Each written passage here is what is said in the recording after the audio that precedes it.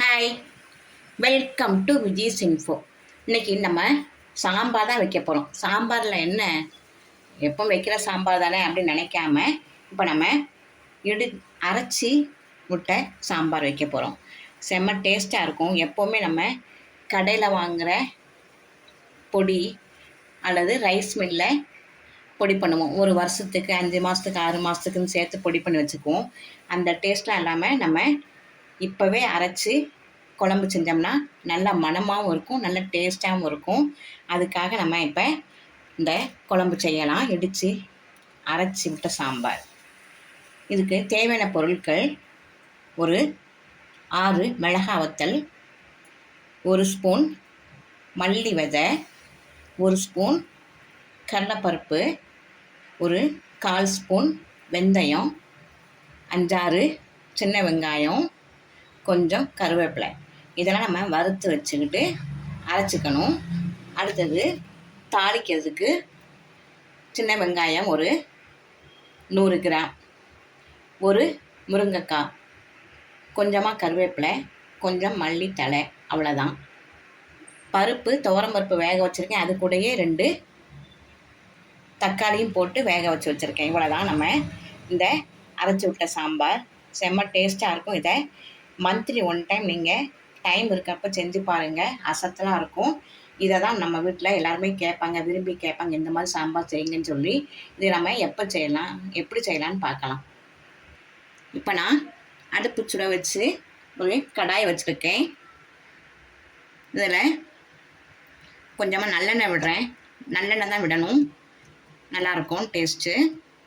1 spoon நல்லெண்ணெய் விட்டுருக்கேன். எண்ணெய் காஞ்ச உடனே நம்ம எடுத்து வச்சுருக்கிற வெந்தயம் போடலாம். நல்லா அடுப்பு சிம்லேயே வச்சுக்குங்க. வெந்தயம் போட்ட உடனே லேசாக வறுபட்ட உடனே எடுத்து வச்சுருக்கேன் கடலைப்பருப்பு,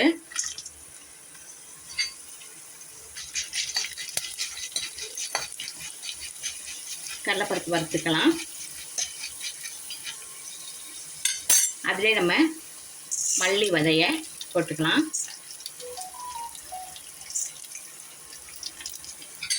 எதையுமே கருகாமல் சிம்மில் வச்சு வறுத்தெடுத்துக்குங்க.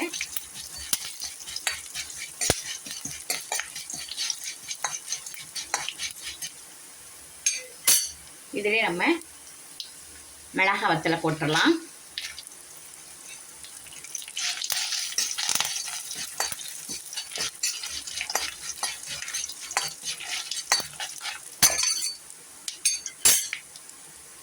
இதிலே நம்ம கருவேப்பிலையும் போட்டுடலாம்.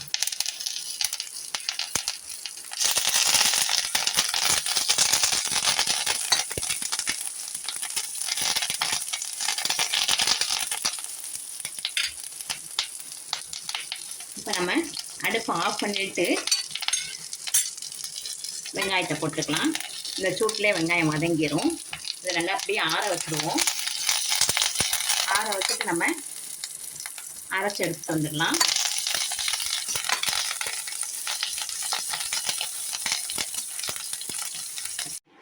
இப்போ அடுப்பு பற்ற வச்சுருக்கிறேன்.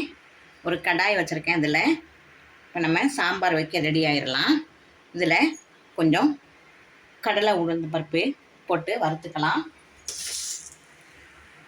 கடுகு உளுந்து பருப்பு போடுறேன், பொரியட்டும்.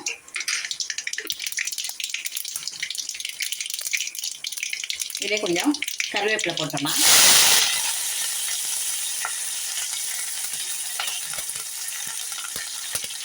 வெங்காயம் போட்டோம்னா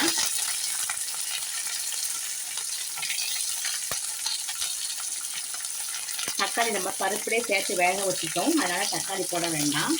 கொஞ்சம் நல்லா வதங்கட்டும்.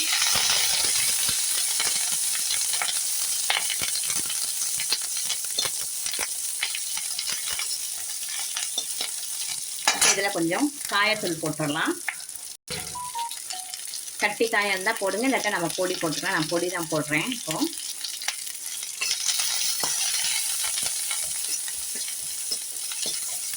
ஒரு 3/4 பழம் வேகட்டும்.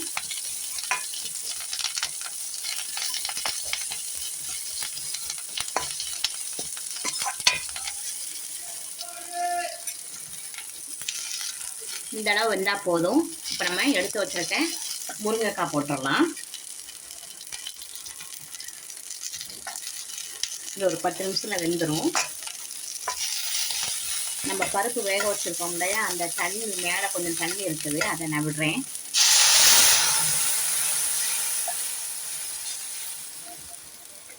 கொஞ்சம் மஞ்சள் தூள் போட்டுடலாம்.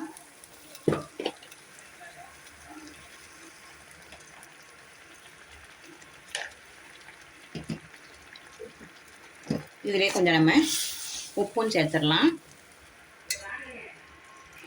உப்பு கொஞ்சமாக போடுங்க, பிறகு பத்தலைனா போட்டுக்கலாம். இந்த காய் ஒரு 10 நிமிஷம் நல்லா வெந்துடும். வெந்த பிறகு பார்ப்போம். பாருங்கள், முருங்கைக்காய் நல்லா வெந்துருச்சு. இதுதான் நமக்கு முருங்கைக்காய் வெந்தாவே எல்லாமே நல்ல மசாலா வெந்துருச்சுன்னு அர்த்தம். இப்போ நம்ம அரைச்சிட்டு வந்தோம் இல்லையா மசாலா, அதை விட்டுடலாம்.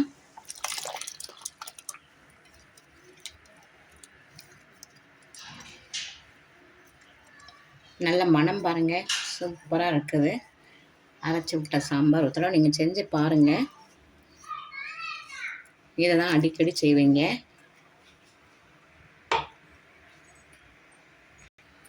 இப்போ நம்ம பருப்புலையே தக்காளி ஜீரகமெல்லாம் போட்டு வேக வச்சுருக்கேன், அதை விட்டுறலாம்.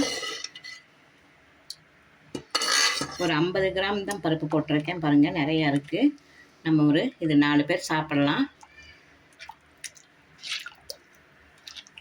ஒரு 10 நிமிஷம் நல்லா கொதிக்கட்டும்.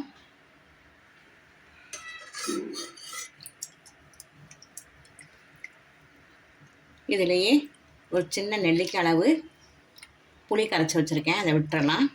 தக்காளி 2 போட்டிருக்கேன், அதனால் புளி கொஞ்சமாக போட்டால் போதும்.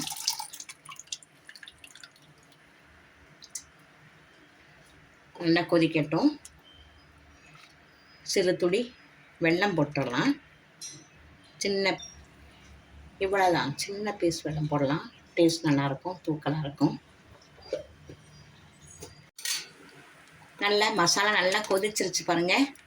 நல்ல வாசமாக வருது, நல்ல கலர்ஃபுல்லாக இருக்குது பாருங்கள். இப்போ நம்ம ஒரே ஒரு ஸ்பூனு நெய் விடலாம். நிறைய நெய் விட வேண்டாம்,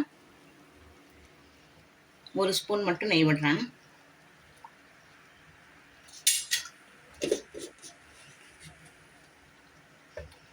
இப்போ நம்ம எடுத்து வச்சுருக்கிற மல்லித்தழை நல்லா கை நிறைய எடுத்து போடுங்க, நல்ல வாசமாக இருக்கும்.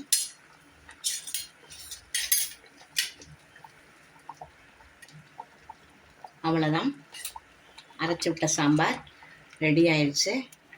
பார்க்கறதுக்கு எப்படி இருக்குது பாருங்கள், நல்ல டேஸ்ட்டாகவும் இருக்கும். கொஞ்சம் மெனக்கெட்டால் போதும், நல்ல டேஸ்ட்டான சாம்பார் கிடைக்கும். இப்போ நம்ம ஸ்டவ் ஆஃப் பண்ணிவிட்டு இறக்கிடலாம். பாருங்கள், நல்ல அருமையான ஒரு லன்ச்சு. அரைச்சி விட்ட சாம்பார், பூண்டு ஊறுகாய், அரைக்கீரை கூட்டு, அரிசி வடகம். நம்ம இது வீட்டில் செஞ்சது தான். செம்ம டேஸ்ட்டாக அசத்தலாம் சாப்பாடு. பிள்ளைகளுக்கு லீவு டைமில் நல்ல நிதானமாக இந்த சாம்பார் செஞ்சு கொடுங்க, நல்லா விரும்பி சாப்பிடுவாங்க. கொஞ்சம் சாப்பிட்ற டைமில் குழந்தைங்களுக்கு கொஞ்சம் நெய்யை விட்டு கொடுத்தீங்கன்னா உடம்புக்கும் ரொம்ப நல்லது, நல்லா குளிர்ச்சியானது. இதை நீங்கள் உங்கள் வீட்டில் செஞ்சு அசத்துங்க. இந்த ரெசிபி உங்களுக்கு பிடிச்சிருந்ததுன்னா லைக் பண்ணுங்கள், ஷேர் பண்ணுங்கள், சப்ஸ்கிரைப் பண்ணுங்கள், பெல் ஐக்கானை தட்டி விடுங்க. மற்றும் ஒரு நல்ல ரெசிபி உங்களை சந்திக்கிறேன். பாய்.